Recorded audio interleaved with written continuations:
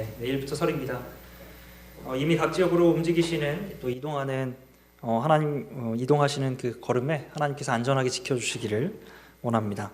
지난 추석도 가족끼리 만나지 못하는 어려움에 불편했었는데 요즘은 5인 이상이라는 단어가 계속해서 반복되면서 또 만나지 못하는 가족들이 생길 것 같아 그로 인해 다시금 적적한 명절을 보내시는 이들을 생각하며 안타까운 마음을 품고 또 위로의 인사를 전합니다.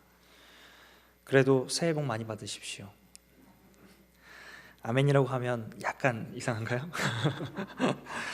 그냥 복이 아니라 하나님께서 주시는 은혜와 복이 새해를 기념하는 설 명절을 맞아 충신의 온 교우들과 우리가 속한 가정 가운데 부어지기를 축복합니다. 네, 오늘 설교는 낭만적인 이야기로부터 시작해 볼까 합니다. 한 남자가 한 여자를 무척이나 사랑했나 봅니다. 세상에 가장 사랑하는 이에 대한 흔적을 남기고 싶었는지 가장 좋은 곳에 그 이름을 새겨두고 싶었던 것 같습니다. 여러분의 가장 좋은 공간에 여러분의 사랑하는 사람의 이름이 있나요? 그들의 흔적이나 그들의 기억이 있습니까? 제가 이렇게 낭만적인 편이 원래는 아닌데 요즘 낭만적으로 사는지 이름 하나만 들어도 왜 이렇게 낭만적으로 들리는지 모르겠습니다. 라오디케이아라는 이름을 보고 그런 생각을 했습니다. 알렉산더 대왕의 뒤를 이은 셀루코스 제국의 왕이었던 안티오쿠스 2세라는 왕이요, 그의 사랑하는 아내 라오디케의 이름을 따서 각 지방의 주요 도시의 이름을 바꿉니다. 몇 개의 도시가 그 라오디케의 이름을 따서 만들어졌는데 그 가운데 가장 큰 도시 그리고 가장 번성했던 도시가 터키 서부에 위치했던 라오디게아라는 지역입니다. 이미 어느 정도 익숙한 이름이시지요. 물론 교회를 조금 다닌 이들에게는 라오디게아라는 이름은 빌라델비아나 서머나에 비교하면 뭔가 조금은 거림직하기도 하고 조금은 거리를 두고 싶은 이름이기도 합니다. 이러한 이유 때문에 주님께서는 15절에 라오디게아를 향해서 내가 차지도 뜨겁지도 않고 라고 말씀하셨고요, 이에 나아가 이어진 말씀 16절에서는 그 라오디게아를 지칭해서 너를 토하여 버리리라, 이런 말씀까지 하시기 때문에 이 이름은 이미 우리에게 조금은 부정적인 이름으로 들려집니다. 그럼에도 라오디게아라는 도시의 이름은 그 만들어진 배경에서 한 왕이 그의 왕비를 사랑하는 마음에서 지었던 이름이었고요, 또 그 라오디게아라는 이름에서 가지고 있는 그 단어 자체의 뜻만으로도 얼마나 소중한 이름인지 모르겠습니다. 라오디게아라는 이름을 잠시 풀어보면요, 그 라오라는 단어는 라오스라는 말, 지금 동남아의 어떤 한 나라가 아니고요, 그 라오스라는 헬라어의 백성이라는 의미를 가지고 있는 단어가 만들어 그 단어에다가 그 디케라는 말이 합쳐졌는데요, 디케는 그냥 원형 자체가 존재하는 말은 아니고요, 정의라는 단어가 변형돼서 접합된 단어입니다. 그러니까 이 말을 합하면 백성의 정의 혹은 사람을 위한 공의라는 이름을 가지고 있는 것이죠. 그러니까 라오디게아라는 이름은 백성을 위한 의를 실현하는 도시가 되는 겁니다. 굉장하죠. 나아가 이 정의라는 이름의 그 근원적인 뜻을 이렇게 뿌리로 찾아가다 보면 디케라는 말의 의미를 조금 더 우리가 생각해 볼 수 있는데요, 그 의미에서는 어떠한 지침이나 지시, 이러한 의미를 가지고 있습니다. 누군가가 나아가야 할 방향을 말하는 것입니다. 이러한 의미를 볼 때 라오디게아는 백성이 가야 할 길이라는 의미까지 확장할 수 있습니다.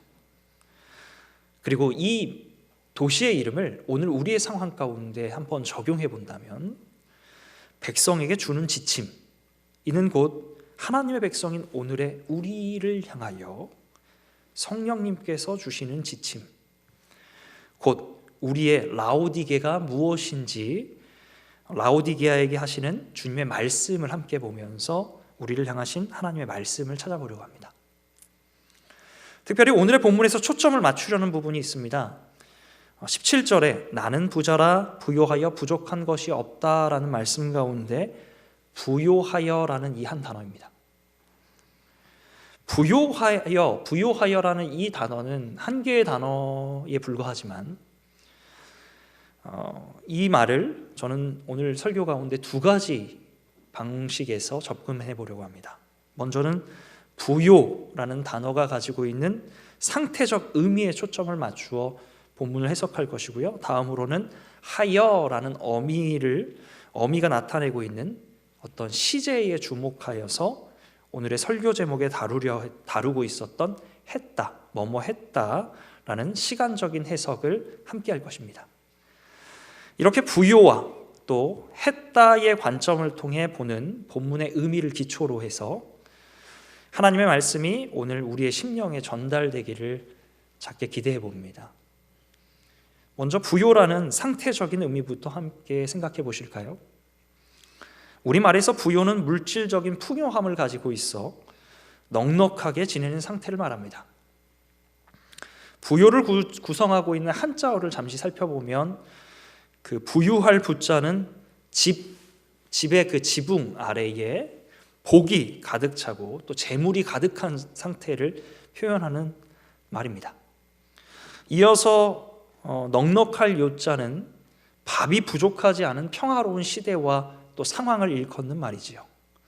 이를 합쳐서 부요라는 말은 집안에 복이 가득하고 먹을 것도 넉넉한 상태에서 사람에게 주는 편안함의 시기이며 여유를 주는 시기입니다. 이러한 여유는 그 부요함을 누리는 한 사람뿐만 아니라 그와 함께한 이들마저도 여유롭고 평화롭게 만들지요. 그러나 부요를 조금 다른 이면에서 접근해 본다면 넉넉함은 쓰거나 모으면서 남아있는 상태를 말합니다. 남는다는 것은 반대로 부족한 것이 없음을, 부족하지 않음을 말하고 있죠. 이는 곧 반드시 있어야 하는 필요가 없는 상태, 불필요의 상태이며 다른 말로는 불요의 상태라고도 할 수 있습니다. 물론 채울 수 없는 사람의 마음과 그 욕구를 생각할 때에 부유한 사람에게도 필요한 것이 있을 수는 있습니다만 대체로 없어도 되는 것들, 반드시 있어야 하지 않은 것들을 기대하는 사람이라면 반드시 그는 이미 부유한 사람이라고도 할 수 있습니다. 그리고 이러한 사람을 일컬어 우리는 또 다른 말로 부자라고 일컫기도 하죠. 얼마 전 저에게도 부유하다라고 느꼈던 경험이 있었습니다. 결혼을 앞두고 여러 벗들이 선물을 해주고 싶다고 연락이 왔습니다. 축하해주는 마음만으로 너무 감사한데 선물까지 주겠다고 필요한 걸 말하라고 하는 겁니다.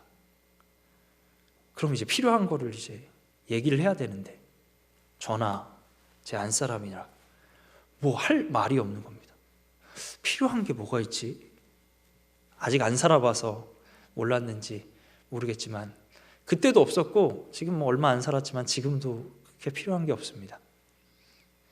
뭐 말할 게 없더라고요. 뭐 미리 다 사놔서 그런지 모르겠지만 두 사람이 등 붙이고 살아가는데 뭐 별로 필요한 게 없었습니다. 그때 스스로 참 부유하다는 생각을 잠시 했습니다. 작년까지는 집에 아내가 있었으면 좋겠다, 아내만 있으면 좋겠다 이렇게 생각했는데 집에 안사람이 딱 채워지고 나니까 뭐 필요한 게 없습니다. 안 먹어도 배부른지 벌써 배마저 조금씩 확장되고 있습니다.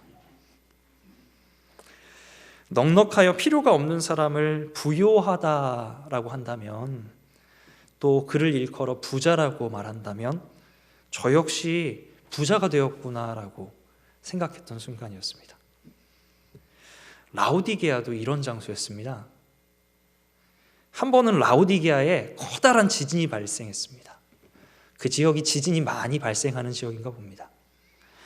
그런데 그 커다란 지진으로 말미암아 도시가 거의 완전히 파괴되었을 때 도시가 재난을 당했고 또 당시에 그 제국 가운데 라오디게아는 상당히 중요한 도시였기 때문에 국가적인 지원을, 재건 지원을 받을 수 있는 상태였습니다. 당연히 마땅히 재건 자금을 받아야 하는데, 그런데 라오디게아는 황제의 지원을 거절합니다. 자신들이 스스로 재정적으로 복구를 하게 됩니다. 도시 하나를 통째로요. 스스로 파괴된 도시를 재건할 수 있을 만큼 그 도시 자체적으로 경제적인 부와 능력을 가지고 있던 지역입니다. 라오디게아의 경제적인 능력은 오랜 시간 축적되었습니다. 먼저 그 첫 번째로는요, 상인들이 자주 오가는 상업로에 위치해 있어서요. 그래서 많은 사람들이 오가면서 거래가 활발하게 이루어졌겠죠. 사람들이 모이고요. 자연히 많은 돈이 모였을 것입니다. 그 결과 아마도 이곳에는 오래전부터, 우리가 생각하기 훨씬 이전의 시대부터 은행이 만들어졌던 것 같습니다. 실례로 로마의 철학자 키케로라는 사람을 혹시 아시나요? 그 키케로의 기록에 의하면 이 지역에서 은행을 이용하고요, 현금 거래를 했다는 기록을 남기고 있습니다. 두 번째로 라오디게아는요, 검은색 양털로 만든 값비싼 의류를 특산물로 판매하는 지역이었습니다.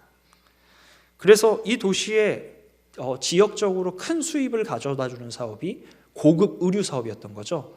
그냥 양모도 아니고 흑양모, 검은 양의 털로 만든 옷이었습니다. 특별하죠? 세 번째로 라오디게아는 사람의 눈을 치료하는 데 중요한 장소였던 것 같습니다. 이름도 어려운데요, 제가 한번 읽어보겠습니다. 데모스테네스 필랄레테스. 네, 이름 어렵죠. 이러한 이름을 가지고 있었던 의사가 활동했던 지역이 바로 라오디게아였고요. 그리고 유명한 의과대학, 고대 사회의 의과대학 역시 라오디게아에 있었습니다. 그래서인지 부르기아 눈약이라는 게 있었는데요, 라오디게아라는 도시가 속한 커다란 한 주라고 생각하시면 돼요. 지역이라고 생각하시면 되는데, 그 지역의 눈약을 만들어서 판매하는 곳이 바로 라오디게아입니다. 이러한 특징은 의학적 필요를 구하는 이들이 각 지역에서 이 도시로 방문하게 하는 굉장히 매력적인 지역적 특징이 되었겠죠.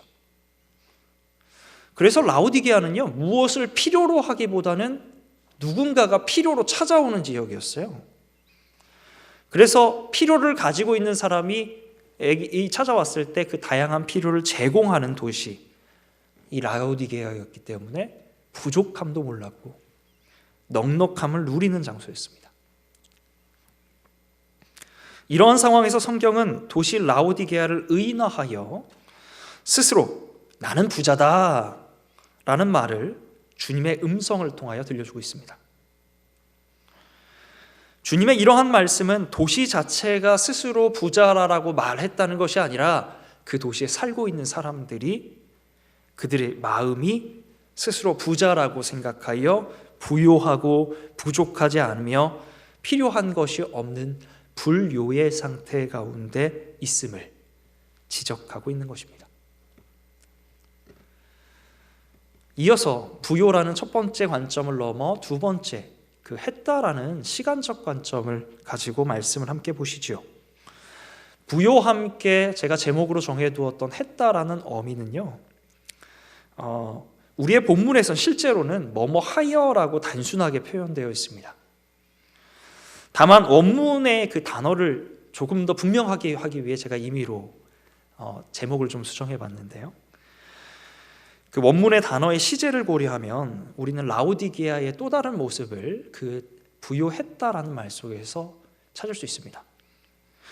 17절에서 사용하고 있는 부요하여의 시제는 그 완료형이라는 문법적인 표현인데요, 우리말에서 완료 시제는 정확하게 구분하여 사용하기는 좀 어렵습니다. 우리말 자체가 시제를 그렇게 중요하게 생각하는 언어가 아니어서요. 그나마 뭐뭐 했다라는 어미가 완료 시제를 어느 정도 표현한다고 할 수 있습니다. 그 완료란 어떤 상태를 말합니까? 완료요. 어떤 행동을 실행한 이후에 이제는 더 이상 다시 하지 않아도 되는 상태를 말합니다. 다시 말하면 완료란 완전히 끝마친 상태를 가리킵니다. 조금 더 쉬운 우리말로 표현해 볼까요? 다 했다, 다 이루었다, 이렇게 되겠죠. 더구나 완료된 상황을 표현하는 했다라는 시제가 그 부요라는 말과 결합해 버리면서 만들어내는 의미는 라오디게아 지역이 이미 충분한 부를 이루고 있었음을 말하고 있고요. 더 이상 채울 필요조차 없는, 이미 채우다 못해 넘칠 만한 만족의 상황에 머무르고 있음을 보여주고 있습니다. 그런데 이렇게 이루어진 완료 속에 자연스럽게 이어지는 모습이 있는데 혹시 뭔지 아시나요? 완료되면 이루어진 상황, 멈춤입니다. 완료되고 나면, 다 이루고 나면 더 이상 필요한 행위가 없습니다. 그래서 사람은 멈춥니다. 움직이지 않습니다. 이미 완료하였다고, 완성하였다고 생각하기 때문입니다. 그러나 여러분, 우리의 인생을 한번 시간적인 관점에서 생각해 보시죠. 인생의 완료가 이루어지는 시점이 언제일까요? 사람의 생명이 유지되는 순간 과연 완료라는 게 있을 수 있을까요? 인생의 완전한 끝이 이루어지는 상황, 그래서 더 이상의 움직임이 없는 완전한 멈춤의 상황, 우리는 그 모습을 일컬어 죽음이라고도 하지요. 즉 인생의 완료는 삶이 완전히 끝나는 죽음의 순간에야 이루어질 수 있습니다. 그렇다면 우리의 인생은, 우리의 생명은, 아니 우리의 지금은요, 계속해서 완료되지 않은 미완료의 상태라 할 수 있지 않겠습니까? 작년 우리의 일상을 가득 채웠던 두 가지 단어가 생각나더라고요. 하나는 사회적 거리라는 거리두기였고요. 또 하나의 단어는 멈춤이라는 단어였습니다. 자주 보셨죠? 멈춤이 아니네요. 그냥 멈춤이 아니죠. 완전한 멈춤이 아니길 바라는 마음에 전혀 맞지 않은 한 단어를 앞에 붙였는데 바로 잠시 멈춤. 네, 그런데 그 잠시라는 시간이 벌써 1년이 돼서 이제는 잠시 멈춤이라고 말하면 아직도 언제까지 멈춤? 이러는 반문을 떠올리게 되는 것 같습니다. 저도 개인적으로 코로나 상황이 빨리 끝나버려서요, 이 멈춤을 끝내고 다시 역동적으로 움직일 수 있는 날이 왔으면 좋겠습니다. 그러나 생각해보면 우리는 코로나 상황 중에도 멈추지 않았었습니다. 우리의 호흡은 그때도 계속되었고요, 우리의 일상은 힘겹더라도 계속 살아내고 있었습니다.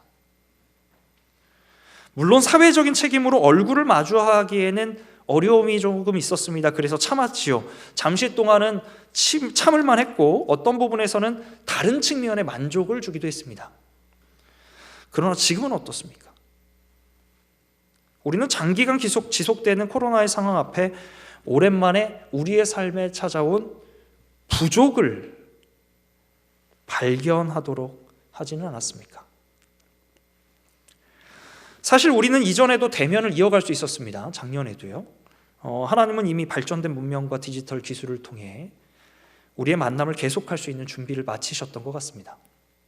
다만 우리가 여전히 익숙했던 우리의 과거 일상에 만족하여 부족하지 않다고 생각했던 그 이전의 일상에 새로운 것은 필요하지 않다. 그래서 우리는 스스로 부요하다, 완료되었다라고 생각하고 있었는지도 모르겠습니다. 그러나 우리가 부족을 발견하고 필요를 구할 때 우리는 오랫동안 우리 자신을 멈추게 하였던 그 익숙함이라는 그 고치를 벗어버리고 배움이라는 날개를 피워낼 수 있지 않을까 생각됩니다. 이러한 점을 볼 때 우리에게 여전히 지속되는 코로나의 상황은 만족에 머무르지 않고 부족을 찾게 하는, 부요함에 머무르지 않고 필요함을 찾게 하는 주님의 깨우심이 아니었을까요? 주님은 이미 완료하였다는 생각을 하고 있는, 그래서 멈춰버린 라오디아에게 이런 말씀을 하십니다. 19절 말씀인데요, 물은 내가 사랑하는 자를 책망하여 징계하노니 그러므로 내가 열심을 내라, 회개하라. 아멘. 주님은 스스로 완전히 마쳤다, 완료되었다, 이렇게 생각하고 있는 라오디게아를 향해서요 꾸짖으셨고 가르치셨습니다. 그들이 다시 열정을 품으며 자신의 자리에서 돌이켜 움직이도록 원하셨습니다. 주님이 보시는 그들의 모습은 이와 같았습니다. 17절의 말씀 함께 읽어보실까요? 내가 말하기를 나는 부자라 부요하여 부족한 것이 없다 하나 내 곤고한 것과 가련한 것과 가난한 것과 눈먼 것과 벌거벗은 것을 알지 못하는도다. 주님은 그들의 실상이 곤고하고 가련하며 가난할 뿐만 아니라 눈이 멀었고 벌거벗은 상태라고 말씀하십니다. 그러나 주님은 그들이 그러한 상태에 계속해서 머물러 있기를 전혀 원하지 않으셨습니다. 그래서 18절에 이러한 말씀을 하시죠. 이것도 함께 읽어보시죠. 내가 너를 권하노니 내게서 불로 연단한 금을 사서 부요하게 하고 흰 옷을 사서 입어 벌거벗은 수치를 보이지 않게 하고 안약을 사서 눈에 발라 보게 하라. 아멘. 주님은 라오디게아가 그들의 곤고나 가련이나 가난을 극복하기 위해 금을 사서, 그냥 금도 아니라 연단된 금을 사서 부요하게 하라고 하셨고요, 벌거벗은 수치를 가리게 하기 위해서 옷을 사서 입게 하시는데 당시 그 지역에 가장 유명했던 흑양모 옷, 검은 옷이 아니라 흰 옷을 사서 입으라고 하셨습니다. 또한 보기 위해 안약을 사서 바르라고 하셨습니다. 아멘. 주님의 진단과 해결책, 이 가르치시는 주님의 권고를 순복하며 받아야겠지만 라오디게아의 입장을 우리가 한번 생각해 놓고 보면요, 주님의 이러한 말씀은 라오디게아 입장에서 순수하게 받아들이기 좀 어려운 말씀이었습니다. 라오디게아는요, 공고나 가련이나 가난을 생각하기 전혀 어려운 환경 가운데 있었습니다. 기억하시죠? 엄청 넉넉했어요. 풍요로웠고요, 자기 스스로 재난을 막고 복구할 만큼 강력한 힘이 있었습니다. 금 흘러 넘쳤어요. 이미 검은 양털로 만든 옷이 가득해서요, 벌거벗은 수치라는 건 그 지역에 있을 수가 없습니다. 고급진 옷을 못 입을 뿐이지요. 게다가 이미 안약이 유명해서요, 온 지역에서 그 지역에 눈약을 찾으러 오는데 이곳에서 눈이 멀었다라고 하시는 주님의 음성이 이렇게 들리지 않았을까요? 주님의 모든 말씀에 라오디게아는 즉시 이렇게 대답했을 것입니다. 이미 이런 거 다 있습니다. 그들은 이미 부요했습니다. 이미, 참으로 낯간지러운 말입니다. 어떤 제안을 하다가도 그 단어를 들으면 금방 민망해지고 맙니다. 제가 해야 되는 일이 예수님 전하는 일인데 가끔 곤란한 상황이 있습니다. 제가 예수님을 전해야 되는 사람들이 예수님을 믿지 않는 사람들보다 이미 믿고 있는 사람들이 많습니다. 여기서도요, 이미 믿고 계시지 않으십니까? 이미 믿음 있으시지 않으세요? 이미 믿고 있는 사람들에게 예수님을 믿자고 하는 게 참 어떻게 얘기해야 될지 어려울 때도 있습니다. 이게 잘하는 일인가? 가끔은 미련해 보이기까지 스스로 합니다. 그 시간에 나가서 안 믿는 사람들을 만나러 다니는 게 더 효율적이진 않을까? 더 필요하지 않을까? 이런 생각도 해봅니다. 그런데 예수님만 의지하세요, 예수님만 믿으세요, 예수님 따라갑시다, 이 말을 어제 하고 오늘도 하고, 아니 아까 이러한 마음을 먹고 또 마음을 예수님 잘 믿어야지, 예수님 믿자 라고 먹고 해도 저는 이상하게 아직도 부족한 것 같습니다. 이상해요. 예수님,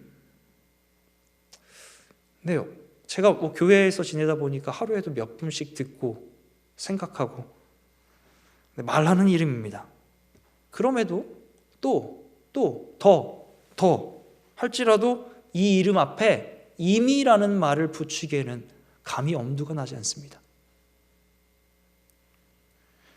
물론 누구나 독립적으로 강하게 살고 싶어 합니다. 어느 그리스도인이나 하나님과 세상 앞에 아주 당당하게 살고 싶습니다. 저도 제가 그렇게 잘 서 있고 넘어지는 사람들을 그렇게 붙들어 줄 수 있는 사람이 되고 싶습니다.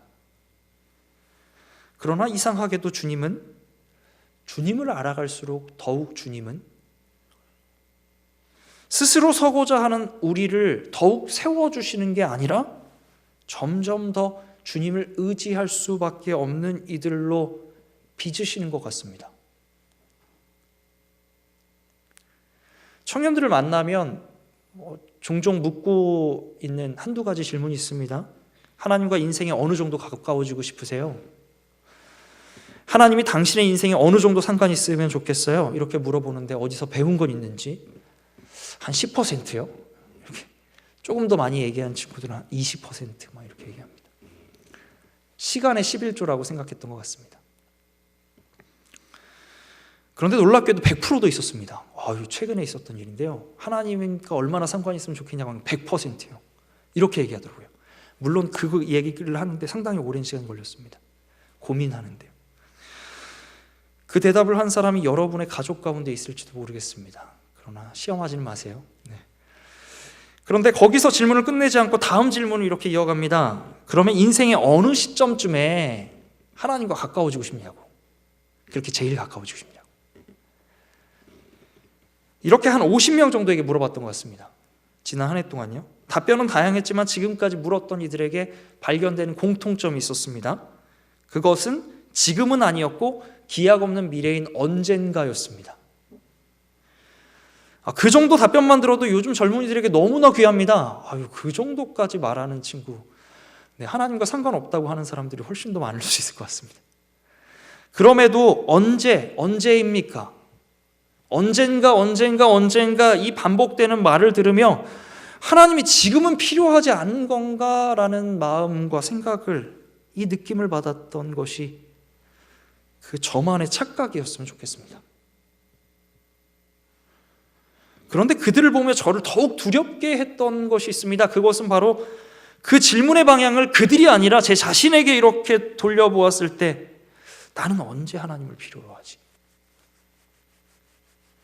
나는 언제 하나님을 구하나? 그 부요하여라는 단어가 오늘 말씀에서 라오디게아를 향하고 있는 줄 알았는데 이 질문을 다시금 저한테 돌려보니까 다시 말씀 앞에 고개를 들기가 어려워졌습니다.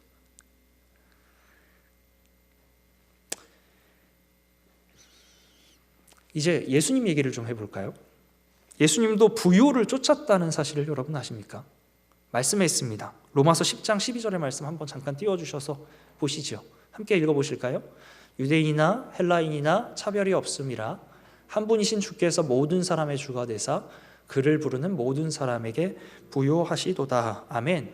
예수님도 부요를 쫓으셨습니다. 그러나 예수님이 쫓으셨던 부요는 부요함 자체가 아닙니다.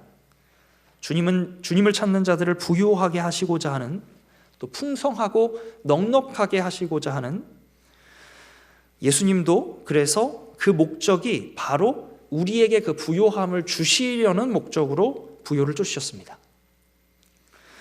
그래서 이어지는 13절에서 주의 이름을 부르는 자는 누구든지 구원을 얻으리라 라고 하면서 예수님이 주시려는 그 부요함이 무엇인지 지칭합니다. 바로 구원이지요.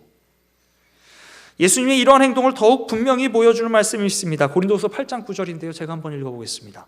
우리 주 예수 그리스도의 은혜를 너희가 알거니와 부요하신 이로써 너희를 위하여 가난하게 되심은 그의 가난함으로 말미암아 너희를 부요하게 하려 하심이라. 아멘. 예수님은 하나님의 보좌 곁에서 이미 부요함을 누리고 살아가시던 분입니다. 그런데 그 부요함을 버리셨지요. 그리고 가난함을 취하셨습니다. 그리고 그 가난함에 빠져있던 자들을 하나님 보좌 우편으로 올리셨습니다. 바로 부요한 자리로요. 바로 우리들을요. 우리가 여전히 이곳 가운데 가난한 자리 가운데 머물러 있기를 원하는 그 우리의 본성을 깨워서요. 우리의 자리를 부요함 가운데 옮겨 놓으시기 위해서요. 그래서 오늘의 19절의 말씀에 예수님께서 라오디게아에게 이렇게 말씀하십니다. 그러므로 내가 열심을 내라 회개하라라는 그 말씀이 이곳에 있는 저와 여러분이 함께 받으시는 하나님의 음성이 되기를 바랍니다. 충신의 교우 여러분, 더욱더욱 부요함으로 나아가시기 바랍니다. 그러나 스스로를 부요하게 만들고자 지금의 부요함에 멈추지 마시고요. 예수님께서 부요케 하시는 부요함 그 사람이 되십시오. 우리 스스로를 부요하게 하는 자가 아니라 예수님께서 충만하게 부요하게 하시는 자가 되시기를 바랍니다. 이미 부요했다라고 멈춰버렸던 라오디게아의 자리에서 돌이켜서 주님을 향하여 다시금 열심을 내고 주님을 갈망하며 의지하십시오. 주님을 향한 그 우리의 걸음은 계속되어야 합니다. 우리의 걸음이 멈추는 순간까지요. 우리는 끝나지 않은 길을 계속해야 합니다.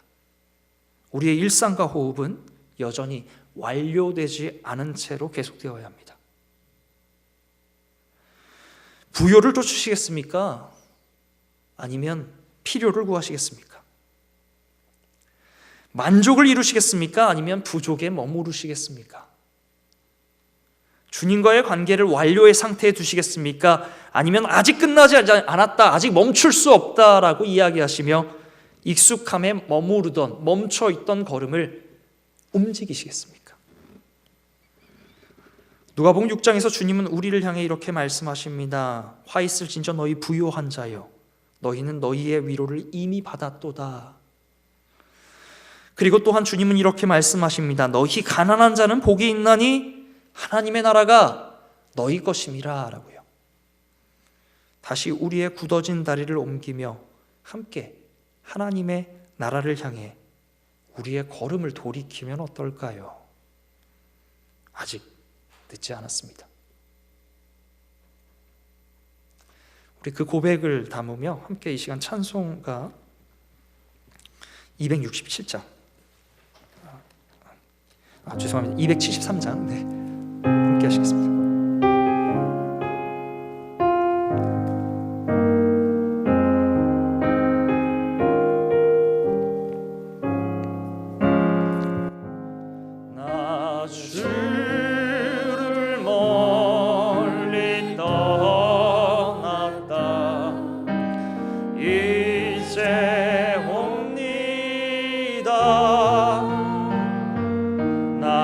죄의 길에 시달려 지려옵니다.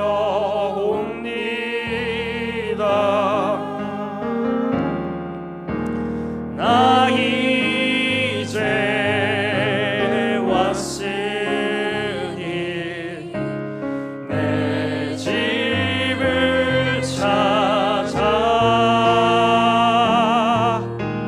주여 나를 받으사 맞아 주소서. 그 귀한 세월 보내고 이제 옵니다. 난 뉘우치는 눈물로 주여 옵니다. 나 이제 왔으니 내 집을 찾아 주여 나를 받으사 맞아 주소. 나 이제 왔으니 나 이제 왔으니 내 집을 찾아 주여 나를 받으사 맞아 주소서. 우리 이 시간 함께 기도할 때예요. 우리의 걸음을 주님께, 우리의 방향을 주님께 다시금 돌이키며 우리가 멈춰서 이 자리에 부요함에 머물러 있는 것이 아니라 주님, 우리가 임의가 아니라 다시금 주님께 갑니다. 우리가 다시 열심을 내며 주님께 돌아갑니다라고 고백하며 기도하시겠습니다. 함께 기도하시겠습니다. 주 하나님 아버지, 우리가 주님 라오디게아의 교회의 모습을 보면서 그 지역을 보면서 주님께서 성령으로 하시는 말씀을 우리에게 하시는 말씀으로 듣습니다. 주여, 우리가 주님 부요함에 머물러 부요했다라고 만족하고 그곳에서 주님 필요 없다라고, 주님이 필요 없는 것처럼 그 자리에 머물러 있지 않게 하여 주시옵소서. 하나님, 우리가 열심을 내어 우리가 주님의 아버지, 우리가 머물고 있는 그 익숙함의 자리에서 일어나 하나님 주님께로 우리의 걸음을 돌이키게 하여 주시옵소서. 하나님, 주님께서 말씀하셨던 것처럼 하나님 주님께서 그 상태를 깨닫지 못하고 있던 라오디게아가 하나님 돌아가게 하셨던 것처럼, 하나님 그를 깨우기 위해 말씀하셨던 것처럼 주여, 우리 안에 아버지 성령으로 주의 음성으로 알게 하여 주시고 깨닫게 하여 주시옵소서. 그리하여 주님, 우리가 주님께로 날마다 걸음을 멈추지 않고 나아가는 자들 위하여 하나님 부요함에 머무르는 자들이 아니라 부요했다라고 만족하며 그곳에서 완료됐음을 생각하고 멈추는 자들이 아니라 주여, 우리가 주께 나아가는 자들 되게 하여 주시옵소서. 주님 간구하오니 우리의 걸음이, 주님을 향하는 우리의 걸음이 멈추지 않게 하여 주시옵소서. 코로나의 상황도 우리의 걸음을 멈추지 못하게 하시고 우리의 삶 가운데의 힘겨운 현실들도 주님께 나아감을 멈추지 못하게, 막지 못하게 하여 주시옵소서. 우리의 관계나 우리의 건강도 주님을 바라봄을 멈추지 못하게 하여 주시옵소서. 하나님, 우리가 우리의 현실 가운데에 우리의 삶의 혹여나 넉넉함과 그리고 이 현실을 적응하는 그 익숙함에 머무르지 않게 하시고 주님께서 라오디게아에게 말씀하셨던 것처럼 열심을 내어 주님께 회개하며 그 걸음을 돌이키는 자들 되게 하여 주시옵소서. 그리하여 주님께서 문 두드리실 때에 내가 여기 있나이다 라고 응답하며 주님을 맞이할 수 있는 우리들, 우리 충신교회 그리고 우리 모든 성도들과 그 가정들이 되게 하여 주시옵소서. 하나님, 이 시간 또한 그냥 나오지 아니하고 함께 헌신의 예물을 드리오니 받아주시고 이 예물을 통하여 주님 영광 받으시며 이 땅 가운데 하나님의 거룩한 뜻을 이루어 주시옵소서. 예수님의 이름으로 기도드리며 이제는 주님이 가르치신 기도를 함께 드리오니